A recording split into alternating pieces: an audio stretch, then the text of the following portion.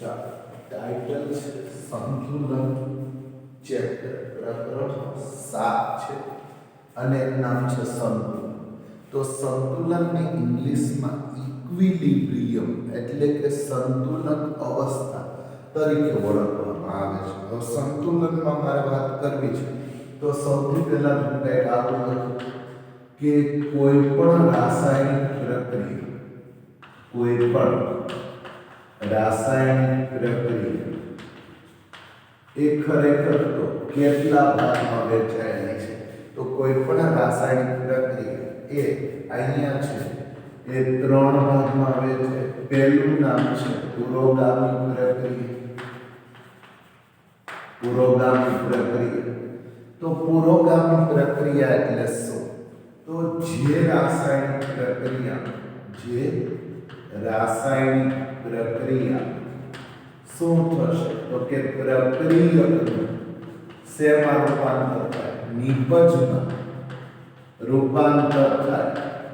એને નામ અપાય પુરોગામી પ્રક્રિયા. જે પ્રક્રિયામાં પ્રક્રિયકનું શેમાં રૂપાંતર થાય? નિપજમાં રૂપાંતર થાય. એને નામ અપાય પુરોગામી પ્રક્રિયા. તો પુરોગામી પ્રક્રિયા એટલે પ્રક્રિયકનું શેમાં રૂપાંતર થાય? નિપજમાં. માની લો પ્રક્રિયક છે એને ઇંગ્લિશમાં રિએક્ટન્ટ કહે તો રિએક્ટન્ટનું શેમાં રૂપાંતર થાય? પ્રોડક્ટમાં રૂપાંતર થાય. તો એનું નામ છે પુરોગામી પ્રક્રિયા. એક જ દિશામાં થતી પ્રક્રિયા પુરોગામી પ્રક્રિયા. એક જ દિશામાં થતી પ્રક્રિયા. પ્રક્રિયકનું શેમાં રૂપાંતર થાય? નિપજમાં. તો નામ અપાય પુરોગામી પ્રક્રિયા. બીજું ટાઇટલ છે પ્રતિગામી પ્રક્રિયા. તો પ્રતિગામી પ્રક્રિયા એટલે શું? તો જે રાસાયણિક પ્રક્રિયા બરાબર જે રાસાયણિક પ્રક્રિયામાં નિપજમાંથી શું બને? તો કે પ્રક્રિયક બને. જે રાસાયણિક પ્રક્રિયામાં નિપજમાંથી શું બને? પ્રક્રિયક બને. તેને નામ અપાય શું? પ્રતિગામી પ્રક્રિયા. તો મીનિંગ અહીંયા નિપજનું રૂપાંતર શેમાં થાય? પ્રક્રિયકમાં થાય. નિપજનું રૂપાંતર શેમાં થાય? પ્રક્રિયા. અથવા ઊંધું લખો, ચલો આમ લખો કે પ્રક્રિયકમાંથી નિપજ બને એને બદલે નિપજમાંથી શું બને? પ્રક્રિયા. એને નામ આપે પ્રતિગામી પ્રક્રિયા. તો જે રાસાયણિક પ્રક્રિયા નિપજમાંથી પ્રક્રિયા બને એને નામ આપે પ્રતિગામી પ્રક્રિયા. હવે બીજું ટાઇટલ છે પ્રતિવર્તી પ્રક્રિયા. એટલે શું? પ્રતિવર્તી પ્રક્રિયા એટલે શું? તો એની વ્યાખ્યા આવી લખીએ કે જે રાસાયણિક પ્રક્રિયામાં પ્રક્રિયકમાંથી નિપજે બને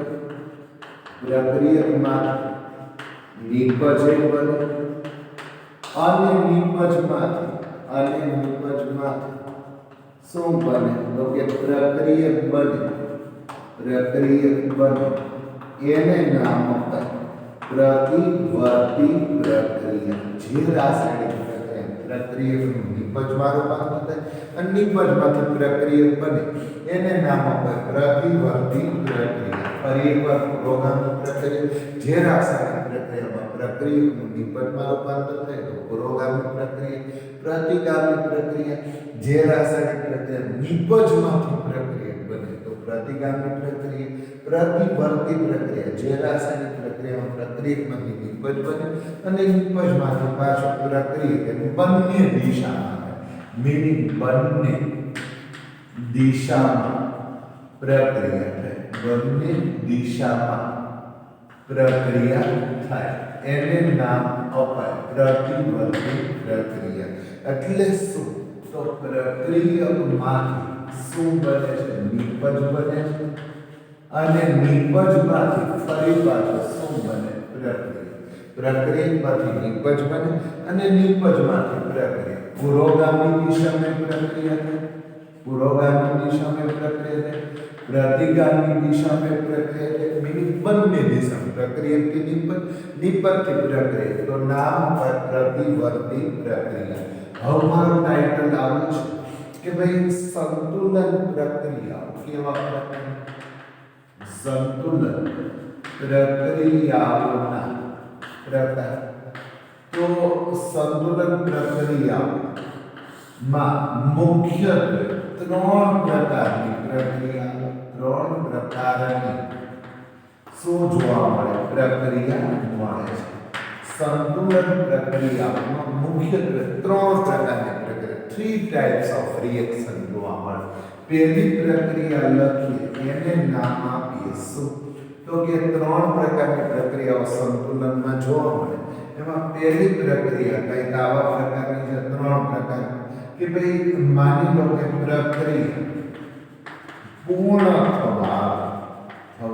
આવે હવે પ્રક્રિયા પૂર્ણ થવા આવે એવી પ્રક્રિયા લખો જે પ્રક્રિયામાં પ્રક્રિયકમાંથી વધુ શું બની ગયા નિપજ એ પ્રક્રિયા પૂર્ણ થવા આવે તો જે પ્રક્રિયામાં પ્રક્રિયામાંથી વધુ કેવા બની ગયા નિપજ એને કહેવાય પ્રક્રિયા પૂર્ણ થવા આવે મીનિંગ કે પૂર્ણ થઈ ગઈ પ્રક્રિયા તૈયાર છે પ્રક્રિયાનું મોટા ભાગે સેવા રૂપાંતર થઈ ગયું નિપજમાં તો આવી પ્રક્રિયાઓમાં બરાબર છે પ્રક્રિયકનું મોટા ભાગે સેવા રૂપાંતર થઈ ગયું મોટા ભાગે નિપજમાં રૂપાંતર થાય છે પ્રક્રિયકનું મોટા ભાગે નિપજમાં રૂપાંતર થાય છે એટલે પ્રક્રિયા પૂર્ણ થવા મોટા ભાગના પ્રક્રિયકના અંગ શેમાં કન્વર્ટ થઈ ગયા નિપજમાં કન્વર્ટ થઈ ગયા તો પ્રક્રિયા પૂર્ણ થવાય માની લો કે 10% પ્રક્રિયા હોય તો 90% નિપજ થઈ ગઈ 20% પ્રક્રિયા હોય તો 80% નિપજ થઈ ગઈ 70% 30% પ્રક્રિયા હોય તો 70% નિપજ થઈ ગઈ તો પ્રક્રિયા પૂર્ણ થવા આવે આવી પ્રક્રિયાનું મોટા ભાગે નિપજમાં રૂપાંતર થાય બરાબર છે બીજો એક પ્રકાર લખવો છે એને નામ આપીએ શું તો કે પ્રક્રિયા પૂર્ણ પ્રક્રિયા હજી શરૂ થઈ પ્રક્રિયા હજુ શરૂ થઈ છે પ્રક્રિયા હજુ શરૂ થઈ એટલે શું તો આ એવી પ્રક્રિયા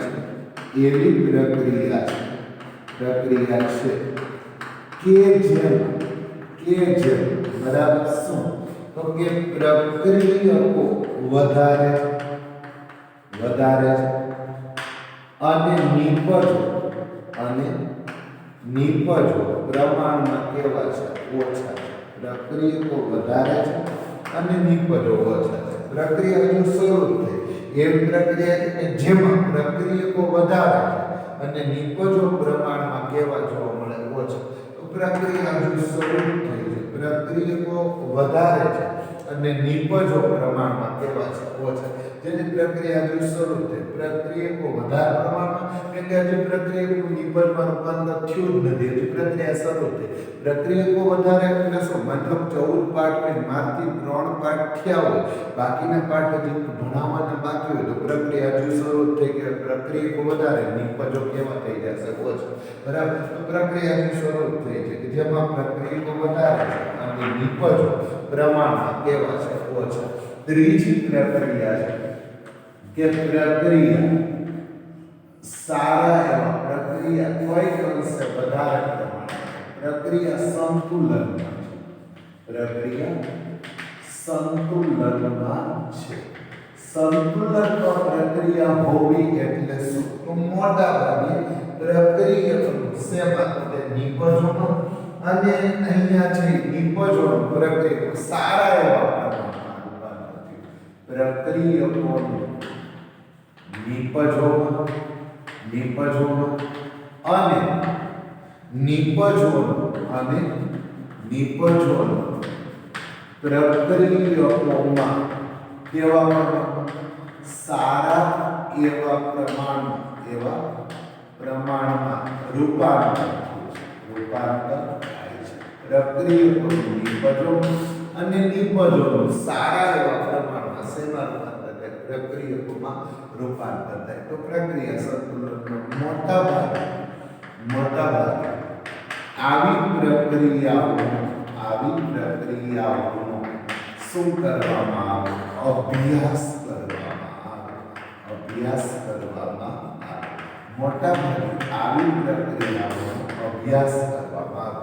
ફરી એકવાર ભાઈ અહીંયા પ્રક્રિયાઓ કેટલા પ્રકારની છે? તો સંતુલનમાં રહેલી પ્રક્રિયાઓ 3 પ્રકારની. એક પ્રક્રિયા જે પૂર્ણ થઈ ગઈ, પૂર્ણ થવા આવી એનો અર્થ શું? પ્રક્રિયકો બહુ ઓછા વધ્યા, નિપજો મહત્તમ, એટલે પ્રક્રિયા પૂર્ણ થવા આવી. પ્રક્રિયકો મોટા ભાગે શેમાં રૂપાંતર થયું? નિપજમાં રૂપાંતર થયું, એટલે પ્રક્રિયા પૂર્ણ થવા આવી. મોટા ભાગે પ્રક્રિયકોનું શેમાં રૂપાંતર થયું? નિપજમાં. પ્રક્રિયા મોટા ભાગે શું થવા આવી? પૂર્ણ થવા આવી. તો પૂર્ણ થવા આવી પ્રક્રિયા બીજું લખવું છે તો એને આમ લખીએ કે અહીંયા પ્રક્રિયા જો શરૂ થાય એવી પ્રક્રિયા કે જેમાં પ્રક્રિયકો વધારે છે, નિપજો પ્રમાણમાં કેવા ઓછા. પ્રક્રિયા સંતુલનમાં છે એવી પ્રક્રિયકો નિપજોમાં અને નિપજોનું પ્રક્રિયા સારા એવા પ્રમાણ બંને દિશા પ્રક્રિયકો નિપજમાં, નિપજોનું પ્રક્રિયા મોટા ભાગે આવી પ્રક્રિયાઓનો અભ્યાસ કરવામાં આવે. હવે પ્રશ્ન એ થયો કે આમાં કેવું? ધારો કે 50% પ્રક્રિયકો વધ્યા અને 50% શું વધ્યા? નિપજો વધ્યા. અથવા એમ લખીએ બરાબર, ધારો કે 60% પ્રક્રિયકો વધ્યા અને અહીંયા છે એ 40% શું વધ્યા? નિપજો. તો આવી પ્રક્રિયાઓ છે જેમાં જે મોટા ભાગે આવી પ્રક્રિયાઓ સંતુલનમાં હોય. હવે પ્રશ્ન એ છે કે સંતુલનના પ્રકાર શું? તો પહેલા સંતુલન એટલે શું? તો જે પ્રક્રિયા કેટલી દિશામાં? બંને દિશામાં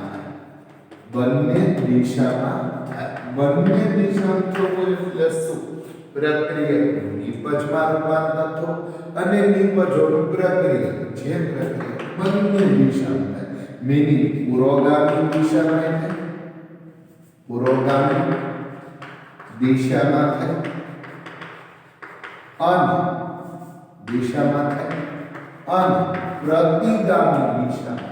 પ્રતિગામી દિશામાં થાય. એને નામ આપે સંતુલન સ્થિતિ. બંને દિશા જે પ્રક્રિયા બંને દિશામાં થાય, પ્રક્રિયાથી નિપજ અથવા નિપજથી પ્રક્રિયા બંને દિશામાં થાય તો એને નામ આપે સંતુલન સ્થિતિ. એને નામ આપે સંતુલન અવસ્થા. પ્રશ્ન એ છે જો આને સંતુલન કહે તો અહીંયા સંતુલનમાં અથવા સંતુલનના પ્રકાર. તો સંતુલનના પ્રકાર તો મુખ્યત્વે સંતુલનના 2 પ્રકાર છે. એક ભૌતિક પ્રક્રમોમાં સંતુલન અને બીજું રાસાયણિક પ્રક્રમોમાં સંતુલન. કે ભૌતિક પ્રક્રમોમાં સંતુલન અને બીજું રાસાયણિક પ્રક્રમમાં સંતુલન. સંતુલનના 2 પ્રકાર, ભૌતિક પ્રક્રમમાં સંતુલન અને રાસાયણિક પ્રક્રમમાં સંતુલન. હવે પ્રશ્ન એ છે કે ભૌતિક પ્રક્રમમાં સંતુલન એટલે શું અને રાસાયણિક પ્રક્રમમાં સંતુલન એટલે શું? તો આ ભૌતિક પ્રક્રમમાં પહેલું ટાઈપ કે ભૌતિક પ્રક્રમમાં સંતુલન. ઈ સમજીએ એ પહેલા ભૌતિક પ્રક્રમમાં સંતુલન પણ ઈ સમજીએ એ પહેલા પ્રક્રમ એટલે શું એ પણ. તો પહેલી વ્યાખ્યા છે કે પ્રક્રમ એટલે શું? ગુજરાતી નામ છે પ્રોસેસ. તો પ્રક્રમ એટલે શું? પ્રોસેસ એટલે શું? તો જે રાસાયણિક પ્રક્રિયામાં પદાર્થની અવસ્થા બદલે. જે રાસાયણિક પ્રક્રિયામાં પદાર્થ શું બદલે? અવસ્થા બદલે. એને નામ આપે પ્રોસેસ અથવા પ્રક્રિયા. જે રાસાયણિક પ્રક્રિયામાં પદાર્થની અવસ્થા બદલે એટલે ઘન પદાર્થ શેમાં રૂપાંતર પામે? પ્રવાહીમાં. તો પ્રક્રમ થયું એમ કહેવાય. પ્રવાહી પદાર્થ શેમાં રૂપાંતર પામે? તો વાયુમાં. તો પ્રક્રમ થયું કહેવાય. વાયુમાં રૂપાંતર પામે તો પ્રક્રમ થયું કહેવાય. અથવા તો આમ લખીએ કે પદાર્થની ભૌતિક સ્થિતિ બદલાય. ઘન પ્રવાહીમાં જાય, પ્રવાહી વાયુમાં જાય, પ્રક્રમ થયું કે બરફ પાણી બને, પ્રક્રમ થયું. પાણી વરાળ બને, પ્રક્રમ થયું. વરાળ પાણી બને, પ્રક્રમ થયું. અહીંયા છે એ પાણી બરફ બને, પ્રક્રમ થયું. મીનિંગ કે રાસાયણિક પ્રક્રિયામાં પદાર્થની અવસ્થા બદલાવી જોઈએ તો પ્રક્રમ થયું એમ કહેવાય. પ્રોસેસ થઈ એમ કહી શકાય. અવસ્થા બદલાય તો નામ છે પ્રોસેસ. બરાબર છે. અહીંયા છે એ આ બધી વસ્તુ લખી નાખો. હું આને રિમૂવ કરવા માંગુ છું.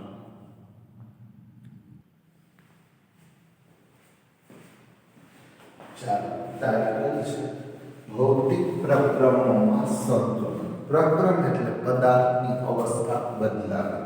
તો જો પદાર્થની અવસ્થા બદલાય તો એને પ્રક્રમ થયું કહેવાય. ઘન પ્રવાહમાં સંતુલન. તો એક સારી ક્વોલિટીનો થર્મોસ લેવામાં આવે.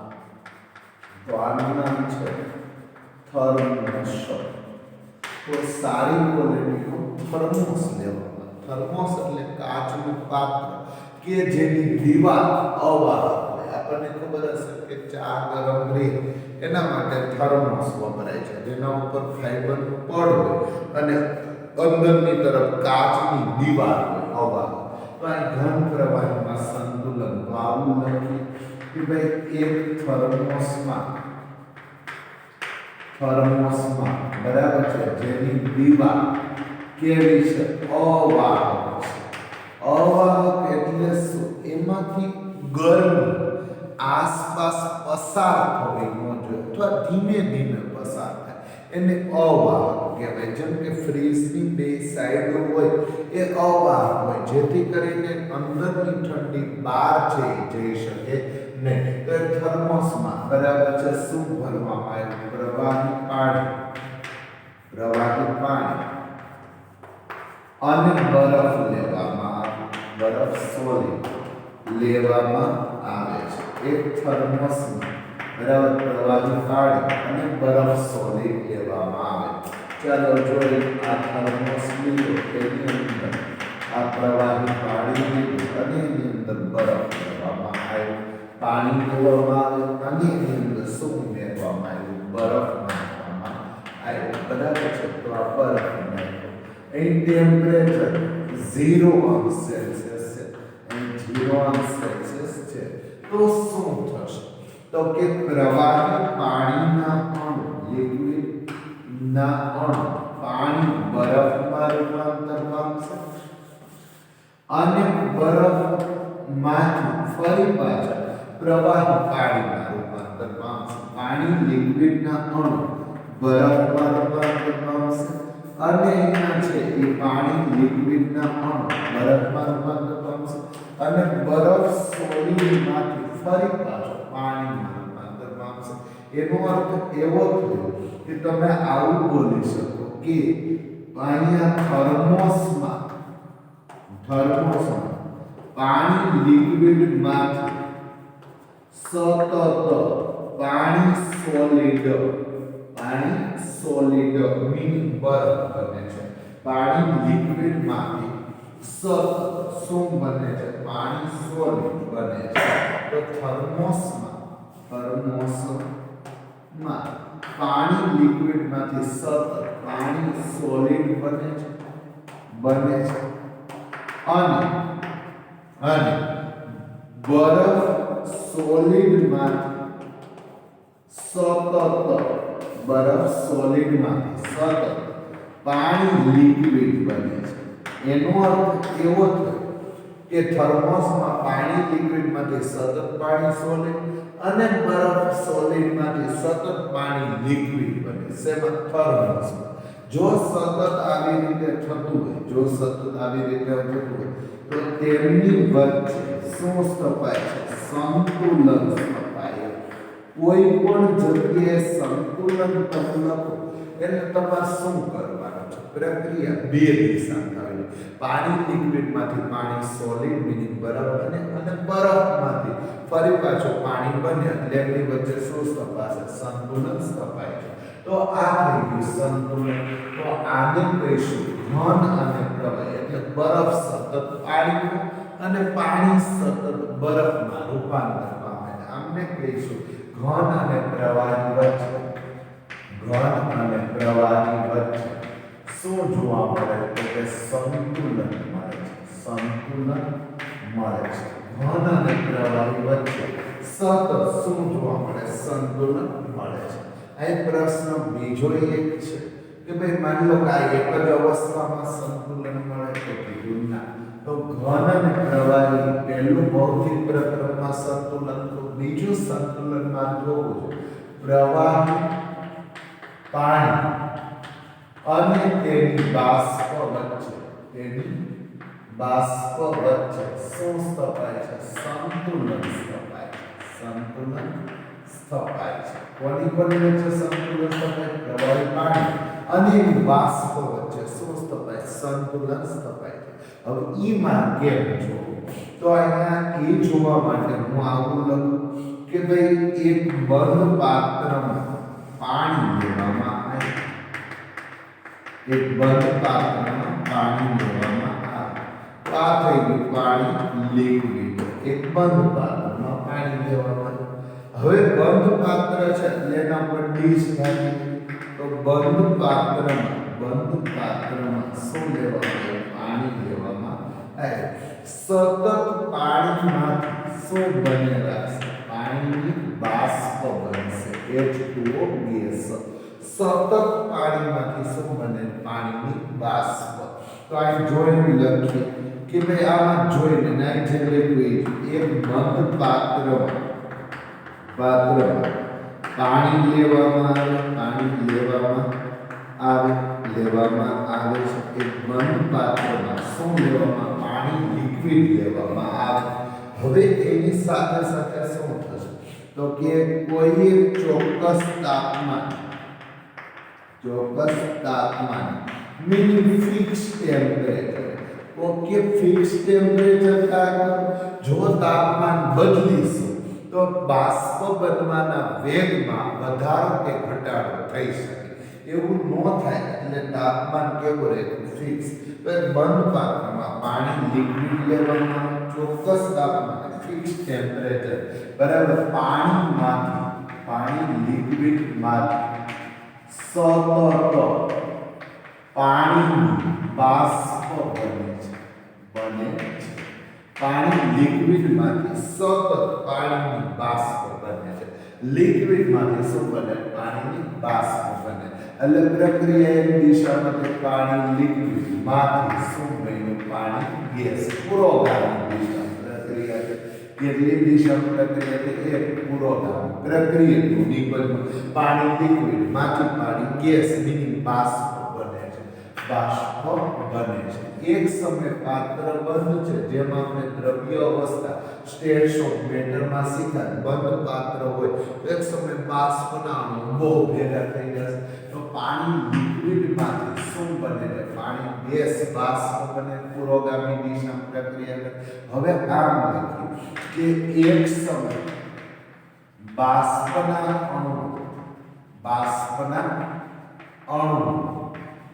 ભેગા અને ફરી પાછા શેમાં કન્વર્ટ થશે? પાણી લિક્વિડમાં.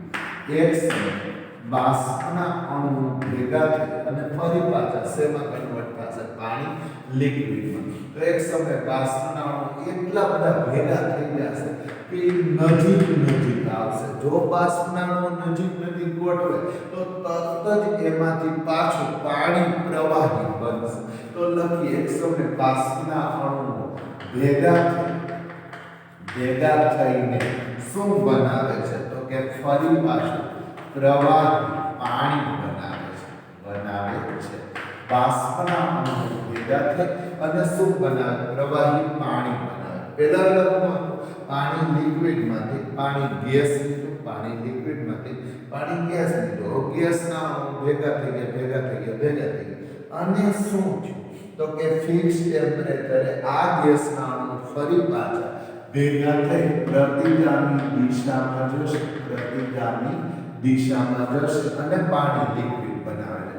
આમ પાણી લિક્વિડ પ્રવાહ અને પાણી ગેસ વચ્ચે, પાણી ગેસ વચ્ચે બરાબર શું સ્થપાય છે? તો કે વચ્ચે સંતુલન સ્થપાય છે, સ્થપાય છે. આગળના પ્રશ્ન સંતુલન ફરી એકવાર કેવી રીતે લેવું? બે દિશા પ્રક્રિયા, પાણી લિક્વિડમાંથી પાણી ગેસ, પાણી ગેસમાંથી ફરી પાણી લિક્વિડ, બે દિશા પ્રક્રિયા થાય એટલે સંતુલન સ્થપાય. અહીં ફરી પાછું હું ચોખવટ કરી દઉં કે બે દિશા પ્રક્રિયા થાય સંતુલન સ્થપાય તો એક અગાઉ દ્રવ્ય અવસ્થા લીધેલી વ્યાખ્યા પાછી લખી. કેનું નામ લખીએ? બાષ્પ દબાણ. ગુજરાતી વેપર, વેપર પ્રેશર, બાષ્પ દબાણ. તો વેપર પ્રેશર વીપી એટલે શું? બાષ્પ દબાણ, વેપર પ્રેશર વીપી એટલે શું? તો વ્યાખ્યા તો આવું લખીએ કે પ્રવાહી પર નિયત તાપમાન, એમ લખું. ઓકે, એવું શું કામ લખવું જોઈએ? જો તાપમાન બદલાય તો પાણીમાંથી બાષ્પ બનવાના વેગમાં ફેરફાર થાય. કેવી રીતે ફેરફાર થાય છે? જો ગેસ વધારે ફાસ્ટ હશે તો પાણીનું જલ્દીથી શેમાં રૂપાંતર થશે? તો કે બાષ્પમાં રૂપાંતર. તો નિયત તાપમાન પ્રવાહી પાણી પર તેની બાષ્પના અણુ, બાષ્પના અણુ નિયત તાપમાન પ્રવાહી પાણી પર તેની બાષ્પના અણુ જે દબાણ લગાડે, જે દબાણ લગાડે પ્રવાહી પાણી પર તેની બાષ્પના અણુ જે દબાણ લગાડે તે બરાબર. અથવા એમ લખીએ કે પ્રવાહી પાણી પર નિયત તાપમાન સંતુલન સ્થિતિ, સંતુલન સ્થિતિ, સંતુલન સ્થિતિ એટલે શું? તો આપ જાણો છો કે પાણી લિક્વિડમાંથી પાણી ગેસ અને પાણી ગેસમાંથી પાછું પાણી લિક્વિડ બનવું. તો નિયત તાપમાને સંતુલન સ્થિતિ પ્રવાહી પાણી પર તેની બાષ્પના અણુ જે દબાણ લગાડે તે પ્રવાહી બરાબર તે તાપમાન શું ગણીશું? તો કે બાષ્પ દબાણ બનશે. બાષ્પ દબાણ વેપર પ્રેશર કહે છે, બરાબર? વેપર પ્રેશર કહે છે. બાષ્પ દબાણ કહીશું. ફરી એકવાર નિયત તાપમાને સંતુલન સ્થિતિ પ્રવાહી પાણી પર તેની બાષ્પના અણુ જે દબાણ લગાડે એને શું કહેવાય? બાષ્પ દબાણ, વેપર પ્રેશર કહીશું. સાથે સાથે અગાઉના ચેપ્ટરમાંથી બે વ્યાખ્યા ઉત્કલન બિંદુ અથવા બોઇલિંગ પોઈન્ટ એટલે બોઇલિંગ પોઈન્ટ એટલે ટૂંકું નામ B.P. તો બોઇલિંગ પોઈન્ટ એટલે શું? તો લખીએ કે જે તાપમાન પ્રવાહી પાણી બાષ્પ દબાણ કેટલું? તો કે કાં તો એક વાતાવરણ જેટલું થાય અથવા તો એક બાર જેટલું થાય. જે તાપમાન પ્રવાહી પાણી લિક્વિડ બાષ્પ દબાણ એક વાતાવરણ જેટલું થાય અથવા એક બાર જેટલું થાય તે પ્રવાહીનું ઉત્કલન બિંદુ કહે છે.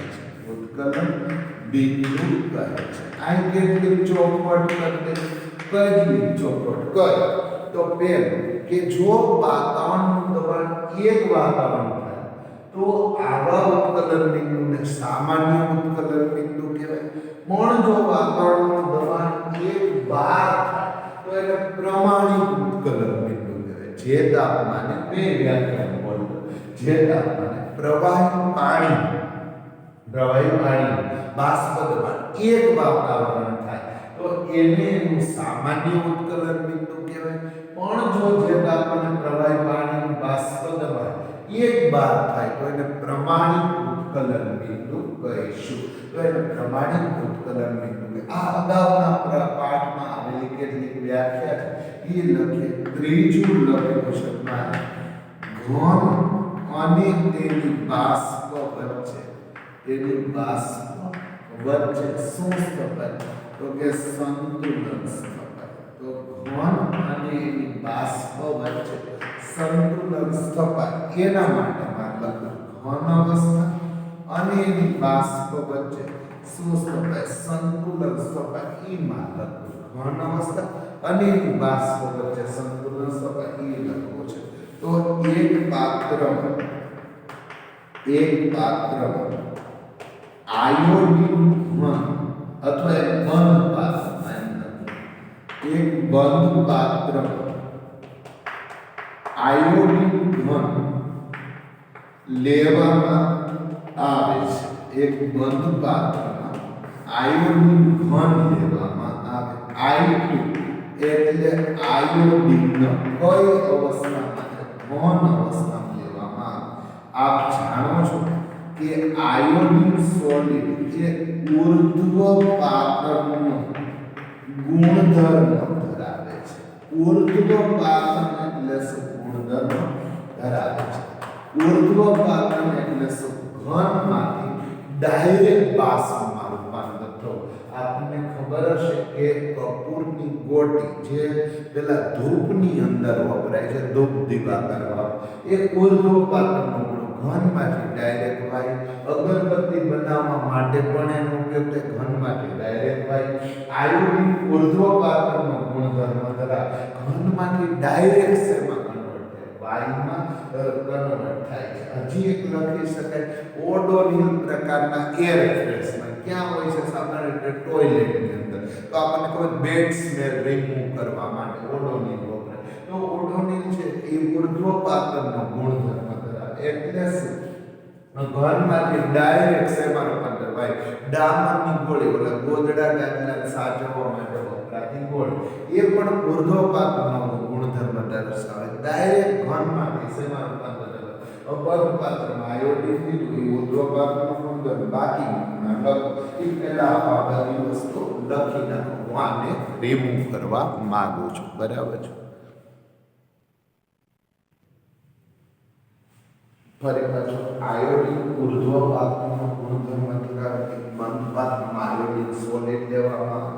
હવે આયોડિન સોલિડ લીધા પછી શું કરીશું? તો કે બંધ પાત્રમાં આયોડિન સોલિડ લેવામાં એ ઉર્ધ્વ પાતળનો ગુણધર્મ ધરાવશે. તો આયોડિન સોલિડ લીધું. હવે શું થશે? તો કે બંધ પાત્ર, મનના એક બંધ પાત્ર લીધું જેની અંદર આયોડિન સોલિડ ભરવામાં આવ્યું.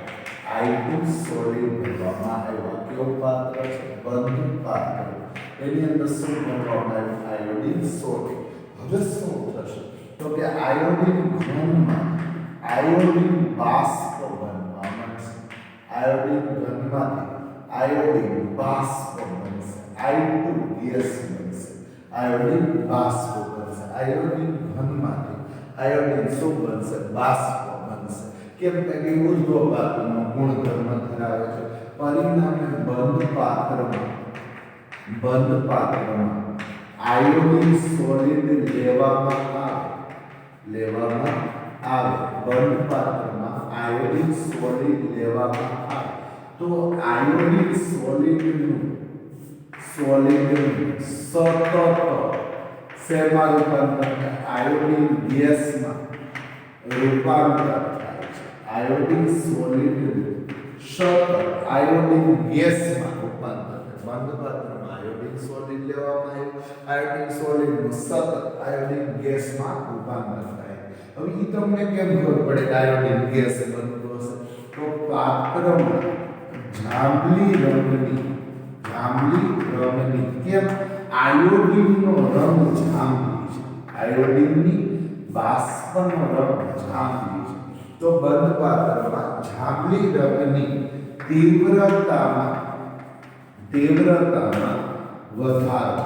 વધારો થાય.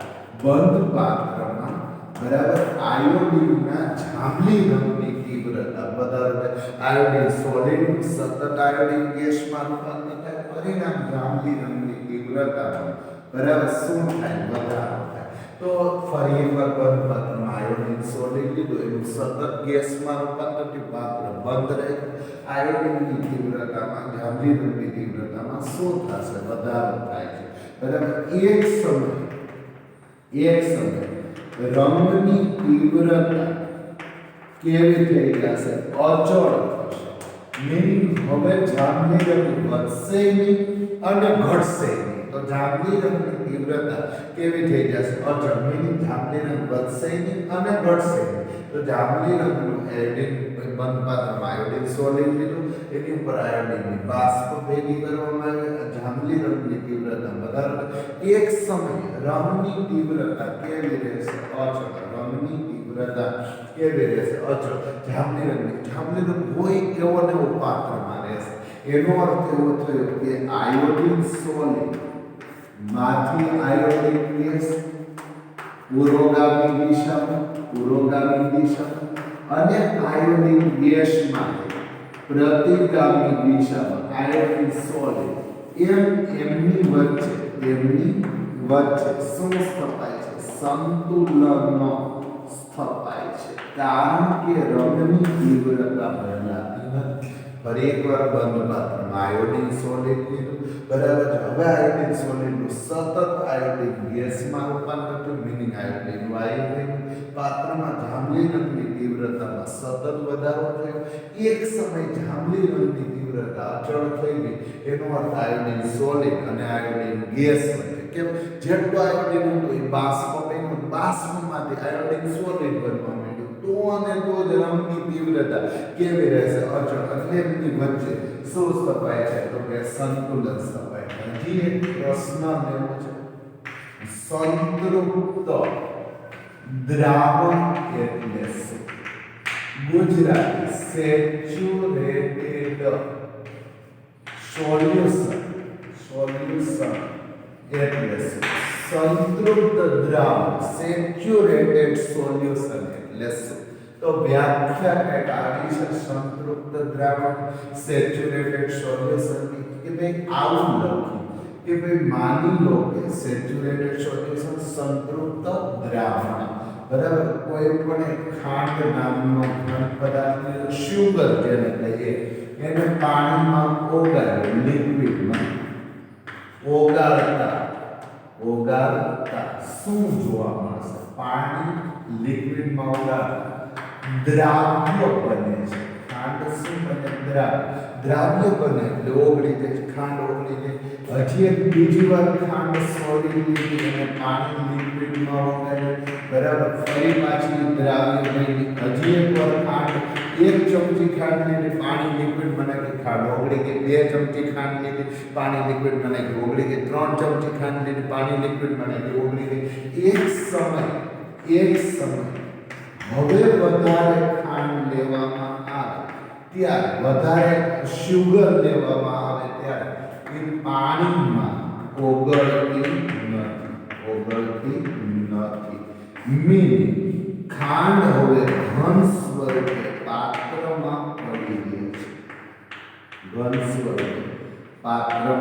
પડી ગઈ છે આ ખાંડનું પાણીમાં દ્રાવણ છે આ ખાંડનું પાણીમાં દ્રાવણ છે ખાંડનું પાણીમાં દ્રાવણ છે બરાબર દ્રાવણ છે ખાંડ પાણીમાં નાખી ખાંડ ઓગળી ગઈ પાછી ખાંડ પાણીમાં નાખી ખાંડ ઓગળી ગઈ પાછી ખાંડ પાણીમાં નાખી હવે ઓગળતી બંધ થઈ એનો અર્થ એવો થયો કે ખાંડનું પાણીમાં કેવું દ્રાવણ થયું તો કે પાણીમાં સંતૃપ્ત દ્રાવણ સંતૃપ્ત દ્રાવણ ખાંડનું પાણીમાં સંતૃપ્ત દ્રાવણ કેવી રીતે ફરી એકવાર ખાંડ લીધી પાણીને ઓગળી ગઈ ખાંડ લીધી પાણીને ઓગળી ગઈ ખાંડ લીધી પાણીને હવે ખાંડ ઉકળતી બંધ થાય ઘન સ્વરૂપે વધે ત્યારે ખાંડનું પાણીમાં સંતૃપ્ત દ્રાવણ મીઠું લીધું પાણીને મીઠું ઓગળી ગયું મીઠું લીધું મીઠું ઓગળી એક સમય મીઠું ઓગળતું બંધ થાય ત્યારે જો મીઠું ઘન સ્વરૂપે પાણી કરે તો એનું નામ હોય સંતૃપ્ત દ્રાવણ.